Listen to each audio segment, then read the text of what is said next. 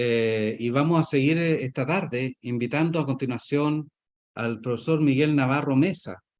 El profesor Navarro es abogado, es cientista político, licenciado en Ciencias Jurídicas y Sociales en la Universidad de Chile, magíster en Derecho, Convención en Derecho Administrativo, diplomado en Derecho Aeronáutico y del Espacio, también en la Universidad de Chile, y es máster en Filosofía en World Studies, en el King's College de Londres, diplomado en Estrategia y Seguridad Internacional y Senior Leadership in Defense del William Perry Center for Hemispheric Defense Studies, National Defense University.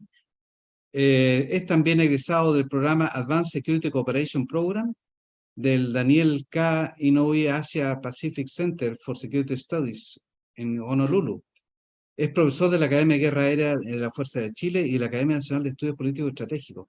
Abogado además de la Autoridad General de la Fuerza Aérea, y hoy lo tenemos con nosotros para que nos cuente un poco de qué pasa con esto de la militarización del espacio y las verdades ocultas o las verdades abiertas que hay detrás de ello. Así que, profesor Navarro, la pantalla absolutamente suya. Muchas gracias nuevamente por estar con nosotros. Buenas tardes. Sí, buenas tardes. La verdad, primero hacer mis primeras palabras para agradecer esta posibilidad de compartir con ustedes unas ideas respecto al tema de la militarización del espacio. Es una cuestión actual, uno de los temas relevantes de la agenda de seguridad internacional hoy día, y un tema al cual me estoy dedicando bastante en este momento, especialmente en mi reciente calidad de vicepresidente del Instituto Chileno de Derecho Aeronáutico y Espacial. Sé que es un tema un tema actual. Les ruego que se fijen en la imagen. Es un proyector de energía directa, o sea, láser, para decirlo con franqueza, pero miren hacia dónde está dirigido. Vean en el mapa, si ustedes se pueden fijar, hacia dónde está dirigido el haz. Esto habla por sí solo de la importancia que tiene, el valor estratégico que tiene hoy día la militarización del espacio. Desde ese punto de vista, entonces, comenzando directamente con la conferencia, el espacio realmente ha estado militarizado desde el primer día, desde el momento en que el Sputnik 1 comienza a dar vueltas a la Tierra, empieza a orbitar la Tierra, emite una señal en bip, bip, que alerta a los servicios de vigilancia estratégica en todo el mundo. Desde ese momento comienza el proceso de militarización del espacio. Esto para poner en contexto este aspecto. ¿Cuál va a ser el tema básicamente de la conferencia? Voy a partir rápidamente poniendo el contexto en el cual se está dando este nuevo énfasis que hay a nivel del sistema de seguridad internacional en la militarización del espacio. Y en primer lugar, lo que tenemos acá es el escenario que ha generado la guerra en Ucrania y la desregulación que se está viviendo en el sistema de seguridad internacional. Las antiguas premisas del sistema han caído, la estructura de la seguridad internacional, basada fundamentalmente en la Carta de las Naciones Unidas, y los acuerdos internacionales, está todo puesto en duda, y esto se ha acrecentado hoy día con la nueva guerra entre Israel y ahora Hamas, en que se ha visto la paralización de los sistemas de seguridad internacional y de la arquitectura de seguridad internacional manifestada en la inoperancia del Consejo de Seguridad de las Naciones Unidas. Entonces, ahí hay un primer elemento que hay que tomarlo en consideración.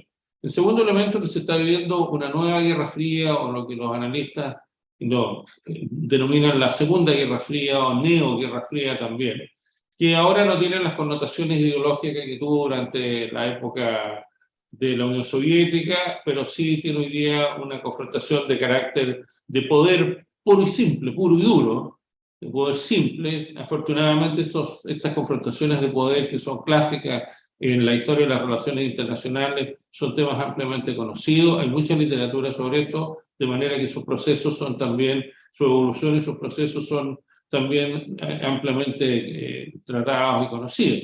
Pero es un elemento que hay que considerar, y además esta nueva Guerra Fría está adquiriendo lentamente si bien no tiene el carácter ideológico que tuvo la Guerra Fría tradicional, la convencional, entre 1945 y 1990, sí hay hoy día en cierto modo, un reacomodo ideológico en cuanto uno puede apreciar que es un conflicto entre los autoritarismos y los sistemas democráticos. Ya no es tanto entre el socialismo real o el comunismo o el marxismo, pero ahora es entre los autoritarismos y los sistemas democráticos. Pero es una búsqueda de poder, pero también tiene este elemento, un sustrato de conflicto ideológico, insisto, entre autoritarismo y sistemas democráticos. ¿Qué es lo que está afectado en este momento? Desde luego, el derecho internacional. El derecho internacional hoy día está debilitado. Como instrumento de regulación de las relaciones entre Estados, el derecho internacional está debilitado. Claramente tiene complejidades, está siendo afectado por una inoperancia del sistema y en general las premisas en las cuales se basa el derecho internacional público como instrumento para regular las relaciones entre Estados y regularlas de una manera pacífica, bueno, esas premisas se están erodando, están perdiendo sustento. Y esto es tremendamente importante. También el multilateralismo. Se suponía que al término de la Guerra Fría, al colapso de los socialismos reales, íbamos a vivir una especie de paz liberal. Ustedes recordarán El último hombre y el fin de la historia, o el fin de la historia del último hombre, de Francis Fukuyama. Fukuyama avisoraba un mundo en el cual la competencia ideológica había terminado y se iba a establecer un orden internacional liberal, uno de cuyos componentes era precisamente la colaboración a través del multilateralismo. Pues bien, este multilateralismo hoy día está en el suelo, precisamente por el efecto de primero la guerra en Ucrania, la Segunda Guerra Fría, y ahora se ve aún más afectado por el conflicto en el Medio Oriente, conflicto que hasta ahora está contenido, pero que podría expandirse rápidamente y todos los días hay amenazas de expansión. No en vano, Estados Unidos mandó 2 portaaviones a la zona de conflicto y hay buques de distintas nacionalidades de Europa que están apoyando al despliegue naval norteamericano, una de cuyas finalidades es precisamente contener el conflicto y evitar que esto se expanda. Pero eso es una cosa que nadie sabe cómo va a evolucionar. Entonces, aquí hay un gran cuestionamiento a la institucionalidad internacional. El Consejo de Seguridad Internacional de la ONU, que de alguna manera,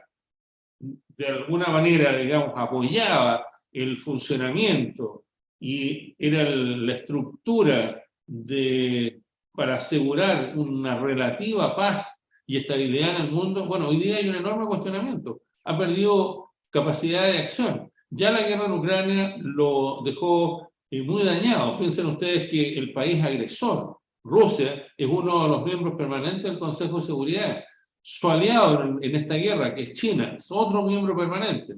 Y ahora el conflicto en el Medio Oriente ha visto el asunto al revés. Entonces, porque ahora es Estados Unidos que está vetando algunas resoluciones que pueden afectar a su aliado Israel. Entonces, se ha visto cómo la estructura de seguridad internacional está muy afectada.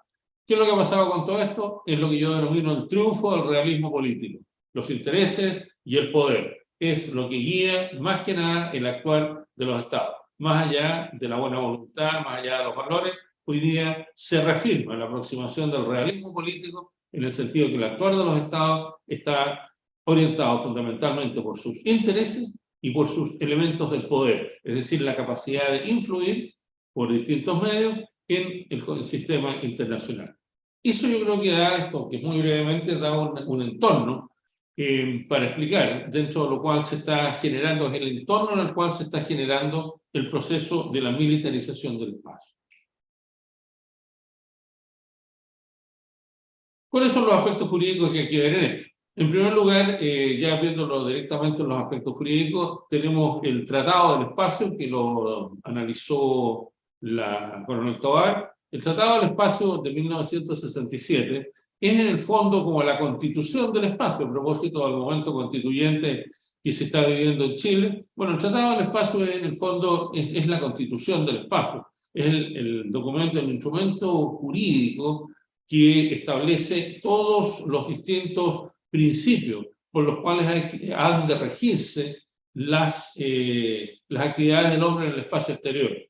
Para los efectos que nos interesa es muy importante el artículo 4 del Tratado del Espacio, porque una de las cosas que hace es precisamente prohibir el despliegue de armamento de destrucción masiva en el espacio. Eso hasta ahí nomás llega el tratado. Dice que prohíbe el despliegue de armas de destrucción masiva. Pero hay que entender que al decir armas de destrucción masiva se refiere solo a las armas nucleares, no a otro tipo de armas, a las armas convencionales que digamos, por lógica inversa, hay que asumir que el despliegue de armas de carácter convencional sí está permitido en el espacio. Entonces, desde el punto de vista normativo, no hay una prohibición al despliegue de armas en el espacio hoy día, de armas de carácter ofensivo, mientras no sean armas de destrucción masiva. Esas están prohibidas, entiéndase las armas nucleares, pero no es menos cierto que, por lógica inversa, sí están permitidos el despliegue de armas de carácter convencional. Entonces, este tema, por ese mismo vacío legal, es un tema relevante para la agenda internacional. Aquí el Instituto de las Naciones Unidas para la Investigación del Desarme está muy activo a propósito de este tema. Recientemente, bueno, el año pasado en realidad, las Naciones Unidas creó un grupo abierto para proponer pautas de conducta respecto a la militarización del espacio, que serían pautas de conducta, buenas prácticas respecto a para controlar la militarización, no impedirla, controlarla. Ese comité, digamos, instituto y este grupo abierto de discusión fue presidido por un diplomático chileno, un embajador Carlos Lago. Tuvo varias reuniones, a mí me tocó participar en una reunión en Santiago el año pasado y en Buenos Aires este año, un par de meses atrás, y digamos, se generaron insumos para este proceso de emisión de buenas prácticas. Pero insisto, no se trata de que las Naciones Unidas vayan a proponer una nueva convención para prohibir este despliegue, porque eso no hay voluntad política para hacerlo.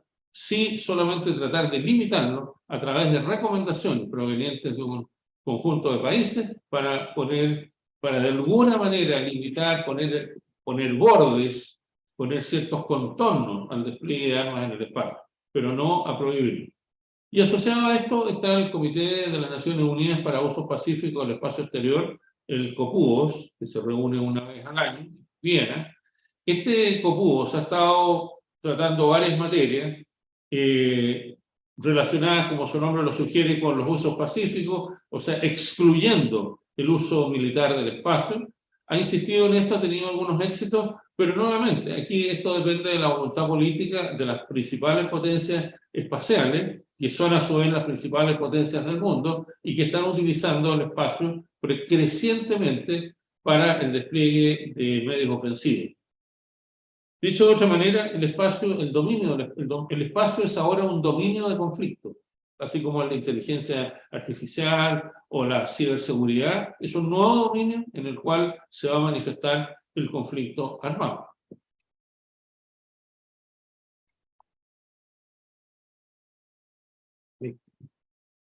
Ahora, el primer tema respecto a la militarización del espacio ha sido el tema de las armas antisatélites. Este es un tema muy interesante desde el punto de vista ingenieril, porque ustedes considerarán las tremendas complicaciones que significa ser capaz desde la Tierra de destruir satélites en órbitas bajas o medias, pero con velocidades de hasta 27.000 kilómetros por hora, y toda la complicación que significa hacer coincidir en el espacio un vehículo antisatélite con el satélite mismo para proceder a su destrucción. Ahora, esta es una tecnología que está en pleno desarrollo. Hoy día Estados Unidos, Rusia, China, la India e Israel, por lo menos esos países, públicamente han aceptado que tienen tecnología capaz de destruir satélites en el espacio. China hizo una prueba, Rusia ha hecho pruebas, Estados Unidos hicieron pruebas, todos los cuales hasta ahora han implicado la destrucción de un satélite, normalmente un satélite ya fuera de servicio, pero que está todavía orbitando, que lo han utilizado como objetivo, lo han utilizado como blanco para demostrar la tecnología, y esto siempre ha significado la destrucción. Cada una de estas pruebas ha significado la destrucción del satélite, y el grave problema que tiene esto es que la destrucción de un satélite genera un campo de restos en el espacio, algunos de los cuales son muy pequeños, que no son detectables desde la Tierra, pero tienen una enorme potencialidad letal, precisamente por la masa y por la velocidad a la cual se están desplazando estos pequeños objetos, restos de la destrucción de un satélite. Lo complejo que tiene esto desde el punto de vista normativo, desde el punto de vista del derecho internacional, es que su despliegue no está limitado por normas internacionales. Como yo le explicaba antes, lo que dice el tratado, el artículo 4, perdón, del Tratado del Espacio del año 67, lo que dice es que está prohibido el despliegue de armas de destrucción masiva en el espacio. Pero ninguna de estas armas, algunas de las cuales muestro en la foto, a la izquierda un satélite indio, al centro el sistema TAAD norteamericano, Terminal High Altitude System, esa es la sigla, y a este otro lado un experimento que hizo Estados Unidos años atrás con el lanzamiento a través de un avión de combate F-15, volando prácticamente en la vertical, impulsa un misil que continúa en vuelo propio y impacta a un satélite en órbita baja. Todos esos sistemas están o estuvieron en operaciones en algún tiempo, son tecnologías conocidas y probadas. Bueno, pues bien, esto no está prohibido. No hay ninguna norma internacional que prohíba el despliegue de este tipo de armas en el espacio. Y aquí genera una amplia complicación, precisamente porque su finalidad principal de este tipo de sistemas es la neutralización de satélites de reconocimiento y telecomunicaciones. Y aquí, entrando ya en una materia más jurídica específicamente, la utilización de estos sistemas antisatélites constituye un acto de hostilidad para el derecho internacional de los conflictos armados. Es como una declaración de guerra, por así decirlo, aunque la declaración de guerra hoy día no se usa en las relaciones internacionales, se usaba en el pasado, hoy día no se usa jurídicamente, pero en el fondo la destrucción de un satélite puede ser es un acto de hostilidad, es como atacar a un avión militar de un país o a atacar a un buque de un país en alta mar. Atacar a un satélite en el espacio exterior es muy parecido desde el punto de vista jurídico, y ustedes comprenderán que atacar a un buque de un país en alta mar por parte de otro buque es un acto de hostilidad, es un acto que puede llevar fácilmente a un casus belli, podría producir un escalamiento o una crisis en términos de provocar una guerra. Pues bien, eso es exactamente lo que puede ocurrir con la destrucción de un satélite. Y aquí hay un tema muy interesante. ¿Qué pasa con los satélites? Porque estamos hablando aquí de satélites militares, o sea, destruir un satélite de reconocimiento o de comunicaciones es un satélite militar. Pero ¿qué ocurre si es el destruido o sea el atacado y eventualmente destruido? Es un satélite comercial que está siendo utilizado en un conflicto armado. Y aquí esto se planteó hace un par de meses atrás, cuando Rusia declaró que los satélites que está utilizando Ucrania, satélites de comunicación y posicionamiento, o sea, GPS, que están utilizando las Fuerzas Armadas de Ucrania, pero son satélites comerciales. Pero Rusia dijo que esos satélites eran blancos legítimos y podían ser destruidos. Pero resulta que no son satélites militares, son el equivalente a una aeronave civil. Son civiles estos satélites y sin embargo podrían ser atacados. Según Rusia, estos pueden ser objetivos militares legítimos. Y esto tiene enormes ramificaciones desde el punto de vista del derecho internacional de los conflictos armados. O sea, para resumir está muy brevemente en este momento. Si se trata de un satélite militar, si el objetivo es un satélite militar de reconocimiento o comunicaciones, puede ser un blanco legítimo, pero el agredir a ese satélite, el atacar a ese satélite, es un acto de hostilidad para el derecho internacional de los conflictos armados y da derecho al Estado agredido, al Estado propietario del satélite agredido, da derecho a legítima defensa. Si se trata de un satélite comercial, la doctrina tiene bastante debate sobre el tema. A mi juicio, si es un satélite comercial, propiedad de una empresa, el país donde está incorporado esa empresa tendría derecho a reclamaciones de carácter diplomático. No necesariamente sería un acto de guerra, porque se trata de un satélite comercial, insisto, pero sí podría tener derecho a una reclamación de carácter diplomático, que a través de la cual podría escalar. Pero ese es un tema que está abierto. Pero este tipo de tecnología, este tipo de tecnología es la que está hoy día más desplegada, es la que tiene mayores viabilidad tecnológica, que está funcionando, ya está aprobada esta tecnología, y los sistemas antisatélites de distintos países ya están desplegados. Estos 5 países que menciono arriba, Estados Unidos, Rusia, China, India e Israel, tienen esta capacidad de destruir satélites desde la Tierra, destruir satélites mediante armamento que impactan satélites y lo destruye básicamente a través de una agresión cinética. ¿Qué otros elementos tenemos a propósito del espacio? y de la militarización del espacio. En primer lugar, los misiles balísticos. Los misiles balísticos intercontinentales desarrollan parte de su trayectoria en el espacio. Algunos pueden ascender hasta alturas de 150.000 o 180.000 metros, y ya entran claramente en el espacio exterior, pero no solamente en parte de su trayectoria. Sin embargo, se están desarrollando tecnologías, particularmente los rusos, a través del sistema SSN-21, código de la OTAN SATAN, que es el que yo muestro en la primera lámina, o la segunda, perdón.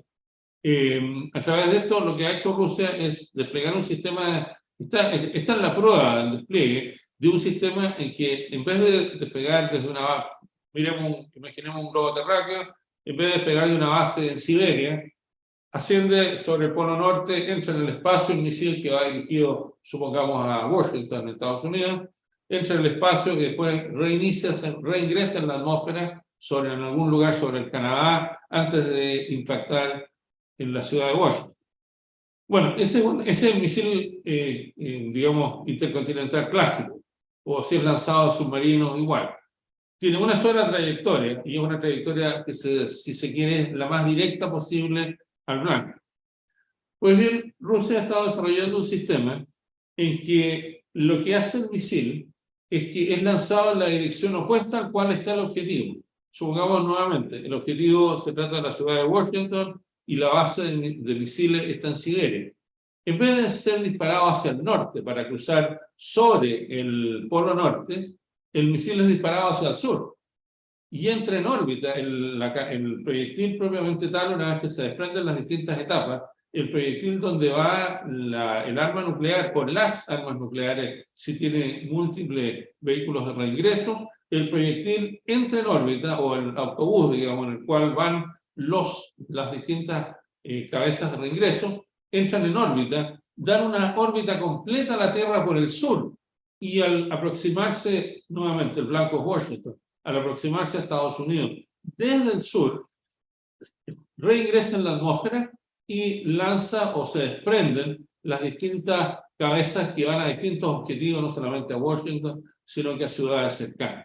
Entonces, en este caso, ya el proyectil entra en una órbita, y desde la órbita alcanza a dar una órbita y media, termina la media órbita y ahí lanza, o de ahí se desprenden los distintos vehículos de reingreso en el cual están las armas nucleares. Nuevamente, esto no está en principio prohibido. El Tratado del Espacio no lo prohíbe, porque estas armas van a estar solo temporalmente, por así decirlo, bajo la égida del tratado, solamente en aquella parte en la cual están desarrollando una órbita o una órbita y media, no más allá que eso, y luego inician su reingreso a la atmósfera. El otro tema son las armas cinéticas, que se han desarrollado en que es un arma, una bomba, si se quiere, para ponerlo en términos muy sencillos, que es lanzada en el espacio, pero no tiene ninguna carga. Es solamente un dardo pesado que tiene la capacidad de reingresar en la atmósfera. Es posible dirigirlo, y al impactar en la Tierra, el efecto de destrucción está dado solamente por la enorme velocidad con la cual esa masa, es una masa grande, que puede llegar a 1 tonelada, pero piensen ustedes que la velocidad de reingreso son velocidades del orden de 15.000 kilómetros por hora, el momento en que impacta en la Tierra. El solo efecto del impacto, de la masa del impacto, puede producir una enorme destrucción en la Tierra, y puede impactar con gran precisión un edificio en el medio de una ciudad. No es un arma de destrucción amplia, sino que puede ser de una precisión absoluta, dirigido por GPS. Absoluta precisión, menos de 10 metros de error probable sobre un blanco determinado y lanzado al espacio. Esta arma no tiene ningún explosivo, no tiene carga nuclear, no tiene ningún elemento pirotécnico, nada. Es solamente el dardo con una gran masa, y eso multiplicado por la velocidad es lo que da la capacidad de destrucción. He visto algunas películas de prueba y es impresionante la destrucción que genera solamente por el impacto, sin ningún elemento pirotécnico, explosivo y menos nuclear, nada, solo impacto. Y finalmente, también acá las armas de energía directa, las armas láser, que tampoco están prohibidas. Se trata, hoy día ya existe la capacidad, la tecnología, y está en pleno desarrollo, va a seguir esto aumentando, de tener una fuente de poder en el espacio que es capaz de dirigir un haz de luz, lo que es el láser, sobre un objetivo determinado en la superficie de la Tierra y provocar la destrucción o por lo menos la deshabilitación de ese objetivo. Este tiene, claro, no tiene la espectacularidad que tiene un arma de energía cinética o un arma nuclear, pero tiene igual capacidad de producir gran cantidad de daño en la Tierra. Nuevamente, y aquí ninguno de estos tres tipos de armas está prohibido. El Tratado del Espacio no prohíbe el despliegue de este tipo de armas. Es un tema que queda abierto. El tema está totalmente abierto y por eso, insisto, es que hay preocupación en la comunidad internacional por tratar de establecer al menos algún catálogo de buenas prácticas de los estados respecto también del despliegue de este tipo de armas en el espacio. Un tema, insisto, actual y de gran potencialidad explosiva, si se quiere, porque las tecnologías ya están disponibles y no hay límite legal a su despliegue.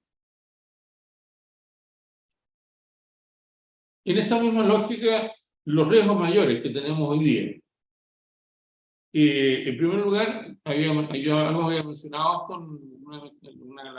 hace un momento atrás respecto al sistema de los misiles, el sistema Fox, que es el primero, el que yo había mencionado recién, es el Fractional Orbiter Bombing System. Este es el sistema que está desarrollando Rusia, que se puede ver a la derecha, el punto de lanzamiento, en la lámina de la derecha el punto de lanzamiento, el misil sale en dirección opuesta al blanco y lo alcanza, en este caso, a través del hemisferio sur. Ese es el sistema Fox Fractional Orbiting Bombing System. La Unión Soviética lo comenzó a desarrollar en 1967, no tuvo éxito por las complicaciones, las enormes complejidades tecnológicas que en ese tiempo estaban fuera del alcance de la Unión Soviética, no pudo resolver las complicaciones tecnológicas que estaban involucradas, sobre todo en la mantención de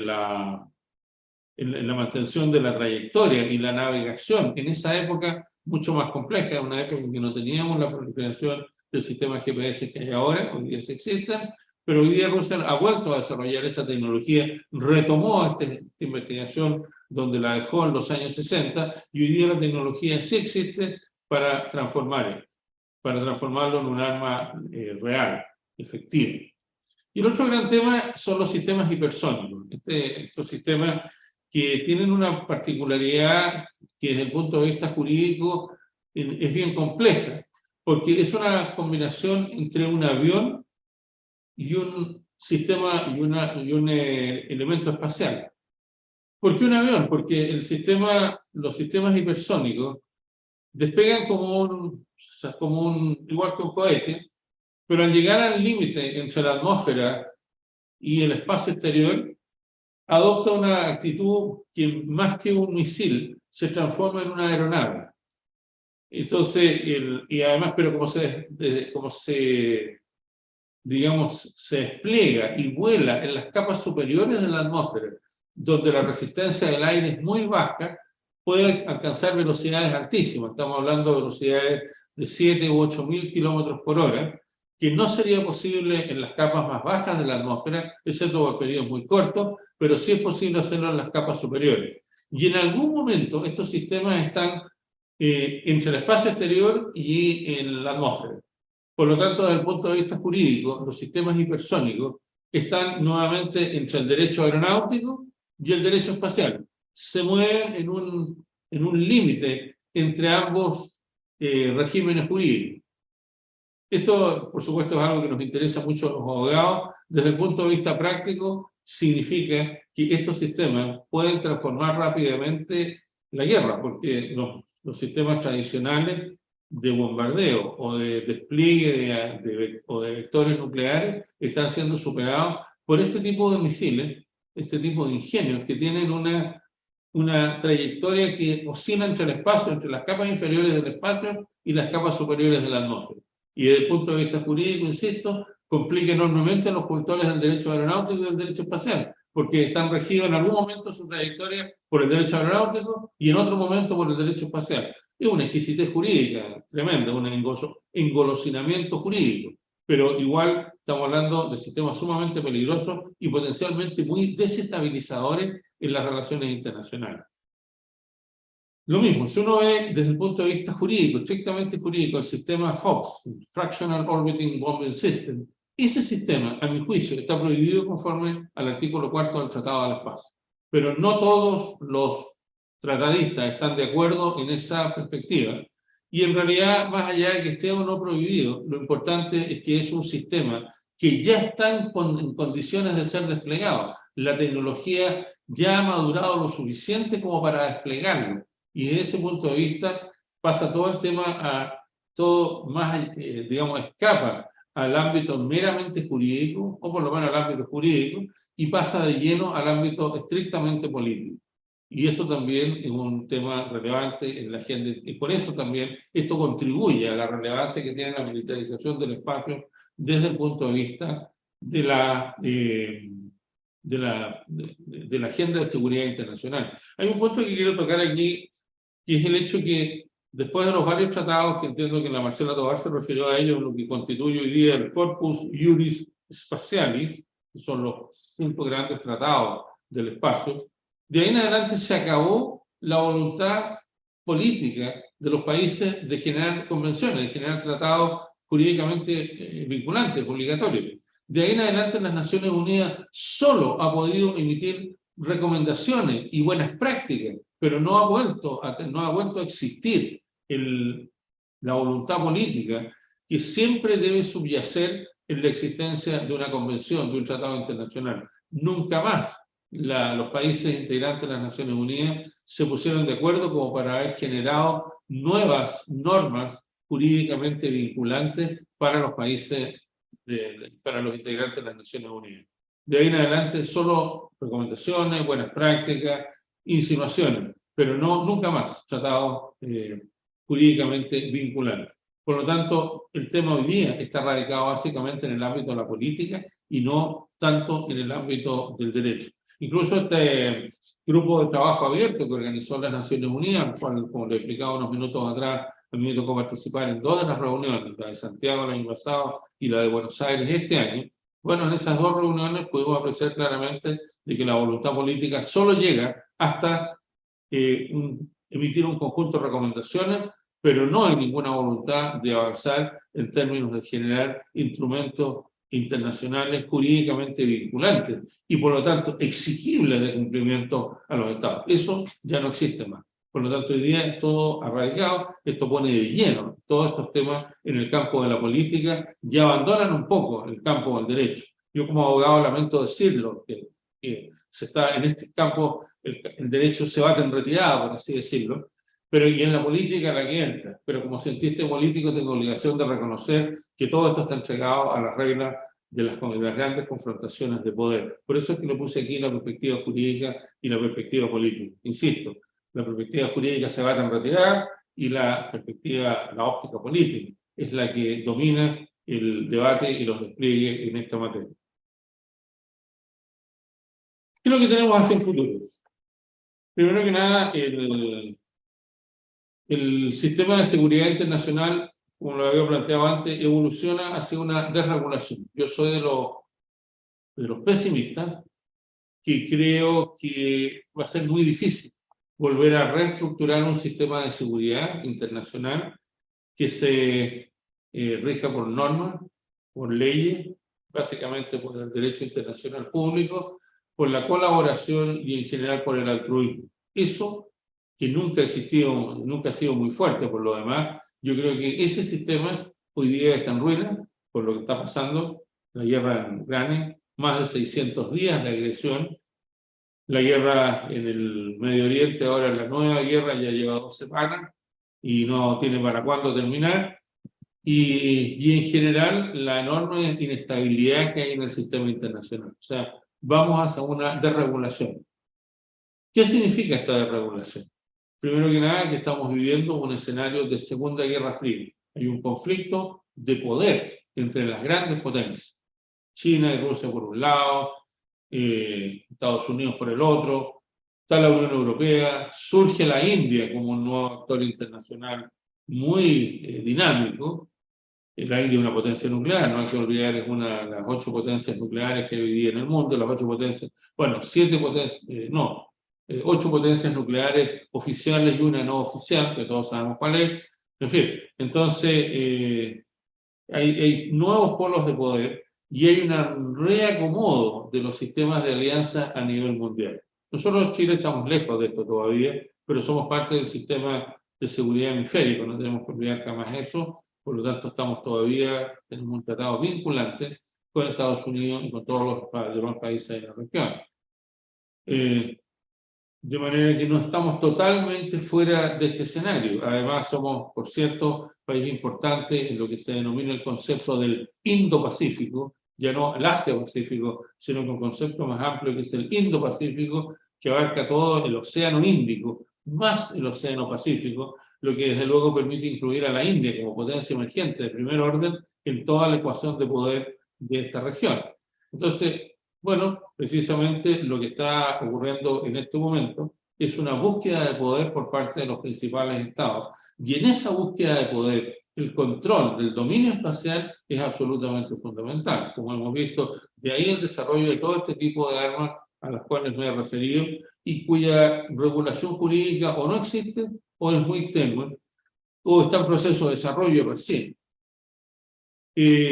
La militarización del espacio es un hecho, no podemos absorbernos a eso, lo ha sido desde el día del lanzamiento del Sputnik 1 en 1957, y hoy día el gran tema es el despliegue de armas en el espacio, es el gran tema que está pendiente, y sí, hoy día no hay voluntad política, es muy claro que no hay ninguna voluntad política en las grandes potencias para poner coto a esto, sino solamente la voluntad alcanza solo hasta llegar a este tipo de acuerdos que constituyen recomendaciones, buenas prácticas de convivencia, pero que de ninguna manera generan obligaciones para los estados. Los estados pueden cumplirlas o podrían no cumplirlas. Como es un tema de la agenda internacional, hemos podido apreciar que hay, en distintas instancias, hemos podido apreciar que hay un esfuerzo combinado político-jurídico por tratar de alguna manera enmarcar todos estos procesos. Perdón, tratar de enmarcar todos estos procesos.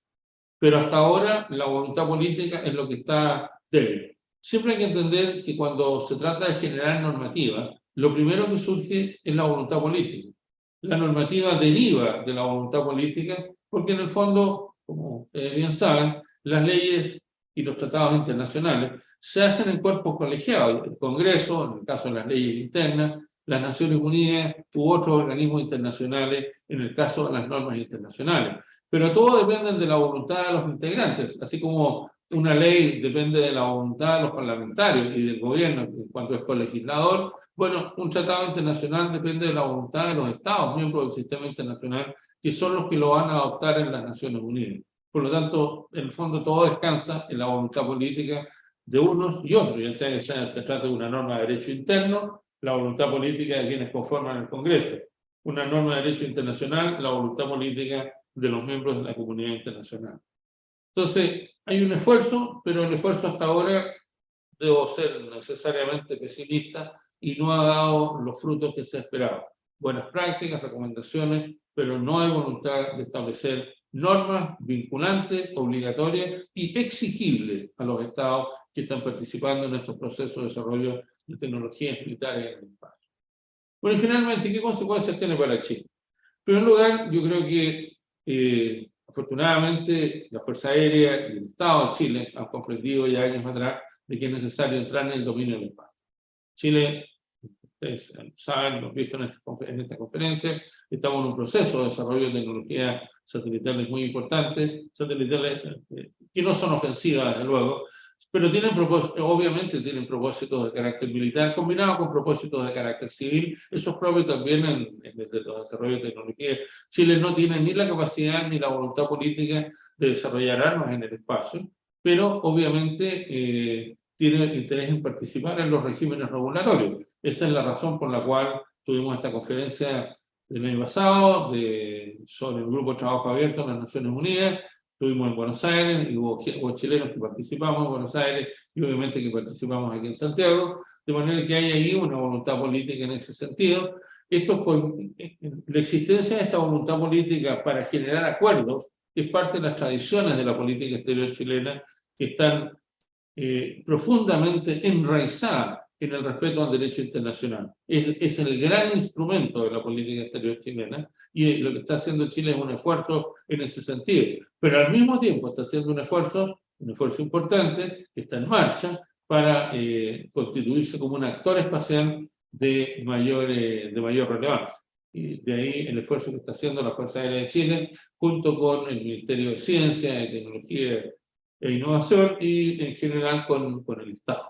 Entonces, desde ese punto de vista, Chile está participando en esto, está participando desde la perspectiva jurídica, también de la perspectiva tecnológica, en un círculo, yo diría que es bastante virtuoso, tanto para los efectos de la política exterior de Chile, cuanto para los efectos de la política de defensa de Chile, particularmente que en el libro de la defensa, o en realidad en la política de defensa 2020, que fue publicada por la administración anterior, pero que se ha mantenido en esta administración, el dominio del espacio pasa a ser un objetivo central de Chile y manifestado y ejecutado a través de la Fuerza Aérea. Así que tenemos una participación activa en esto.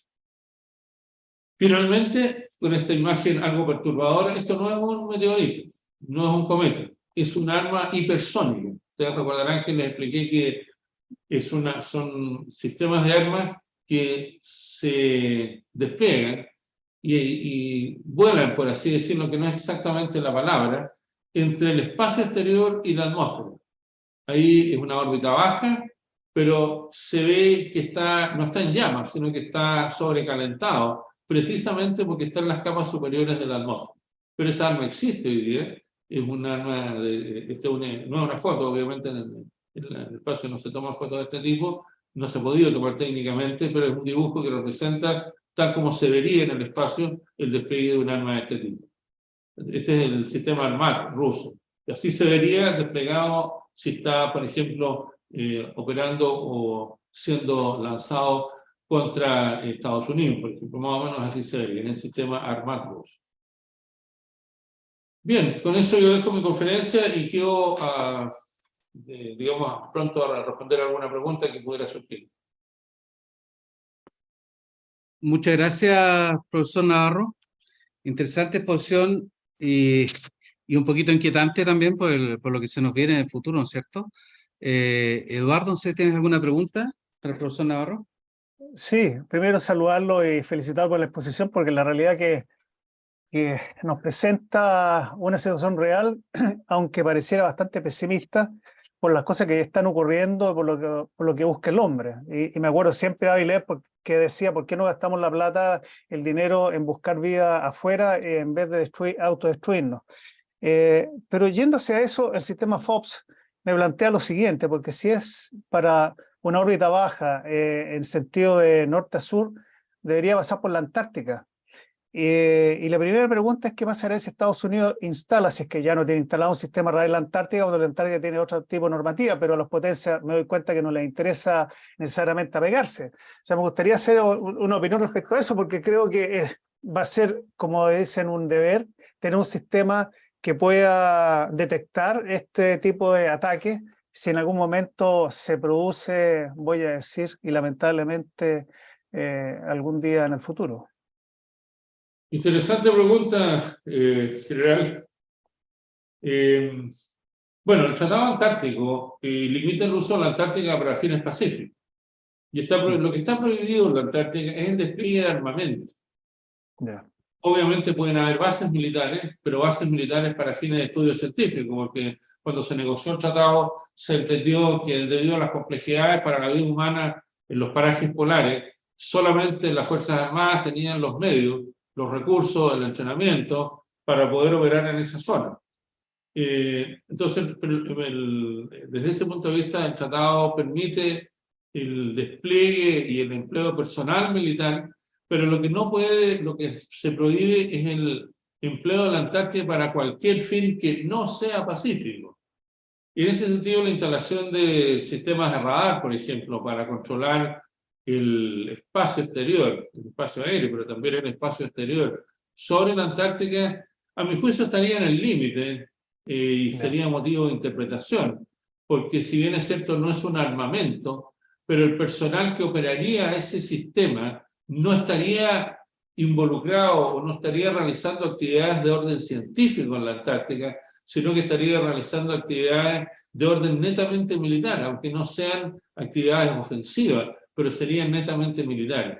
Por lo tanto, al no estar realizando actividades científicas, se estaría alterando la letra, se estaría contraviniendo la letra del tratado que hace obligatorio que la Antártica solo pueda ser utilizada para fines científicos. Por lo tanto, no puede ser utilizado para fines no científicos. Y el despliegue de o sea, la instalación de un radar de este tipo y el despliegue de personal, creo que está o en el límite o ya derechamente contraviniendo los términos del Tratado Antártico.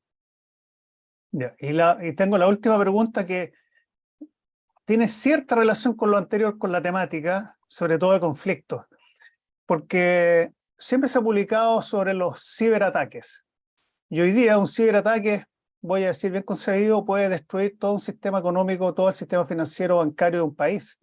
¿Qué es lo que está pasando ahí? Porque eso sí que sería un acto realmente de guerra, cuando uno identifica al país que está haciendo el ataque. Muchas veces se ha hablado que empresas norteamericanas han sido atacadas, le han robado determinadas cosas. ¿Qué es lo que está pasando ahí? Porque ahí, a mi juicio, también veo que son actos básicamente de origen prácticamente bélico. Sí, lo que pasa es, bueno, uno de los temas es la dificultad de atribución, o sea, la dificultad de determinar exactamente el origen del ciberataque. Yo no soy experto en ciberseguridad y apenas sé prender el computador, muchas veces trato de ver dónde prendo el carbón, digamos, para el computador, porque yo soy de la generación anterior a los computadores, yo aprendí en las máquinas de escribir. Pero bueno, sin embargo, el tema desde el punto de vista jurídico es la dificultad de determinar la atribución. Cuando hay un ataque aéreo, las aeronaves que atacan obligatoriamente tienen que tener distintivos nacionales que las identifiquen como naves pertenecientes o aeronaves pertenecientes a un actor formal del sistema internacional, lo mismo con los buques y eventualmente con el armamento terrestre. Pero en el caso de los ciberataques son muy difíciles de determinar, porque por lo que entiendo, insisto, no es mi ámbito tecnológico, pero pueden haber triangulación, un ciberataque puede estar puede tener su origen en un país y en realidad digital una acción desde otro país hacia el tercero que es víctima. Entonces es muy difícil determinar. Y por eso mismo, debido a la dificultad de determinar el origen del ciberataque, lo que están haciendo los países es tratar de establecer cada vez mecanismos de protección. O sea, entiendo que es lo que se llama cortafuegos, cada vez más eficientes, pero que no obviamente también pueden ser eventualmente vulnerados. Y cuando se producen este tipo de ataques, lo que se hace a veces, la víctima intenta tomar represalias contra el país del cual se sospecha que viene el ataque. Entonces el país que lanza este ataque lo que tiene que hacer es saber que viene una represalia y proteger su sistema, establecer cortafuegos o sea, lo más impenetrable posible para evitar la represalia. En general, los ciberataques no han sido considerados como actos de guerra en el sentido de que autoricen represalias, una represalia que no sea a través de un ciberataque. Recuerdo el caso que lanzó Israel hace algunos años atrás hacia el sistema nuclear de Irán, y retrasó en varios meses, si no años, el programa nuclear iraní a través de un ciberataque de gran impacto. Obviamente todo el mundo supo que el ataque provenía de Israel, pero no se pudo probar porque obviamente el ciberataque no viene con una insignia nacional, con una bandera, ni nada de ese estilo. Nadie pudo probar que venía de Israel, aunque la sospecha era como 99.9% que venían de Israel, porque hay que ver quién es el país favorecido. Y yo entiendo que Irán contestó con otro ciberataque en contra de Israel, aparentemente pudo ser detenido, pero no contestó con por ejemplo, un bombardeo aéreo, que podría haber sido la acción de represalia, una acción de represalia que sí podría haber ocurrido en el caso que el ataque de Israel hubiese sido realizado con aviones, por ejemplo, y no a través de métodos cibernéticos. Esa es un poco la situación actual. Ya, muchas gracias. Muchas gracias, profesor Navarro, por esta interesante exposición en la que, claro, nos despierta la inquietud, ¿no es cierto?, de lo que se viene, y no solo como digamos, por el hecho de tener armamento situado en el espacio, ¿no es cierto?, sino que también desde tierra o desde aeronaves, etcétera. Esto va a ir evolucionando, me imagino, y puede llegar a tener complicaciones que de una u otra forma pueden afectar a la humanidad. De hecho, hasta hay algunas películas, ¿no es cierto?, que ya muestran la destrucción de un satélite en el espacio y todos los trozos que quedarían dando vueltas, que también, tengo entendido que también hubo por ahí alguna experiencia de ese tipo, y el daño que puede producir. Y bueno, y por supuesto, aquí entra también los ciberataques, que es algo que estamos empezando a ver nosotros, como afecta a veces, ¿no es cierto?, a los bancos, algunas interrupciones, pero también puede llegar a ser algo más grande y más complejo. Así que muchas gracias, profesor Navarro, por su intervención.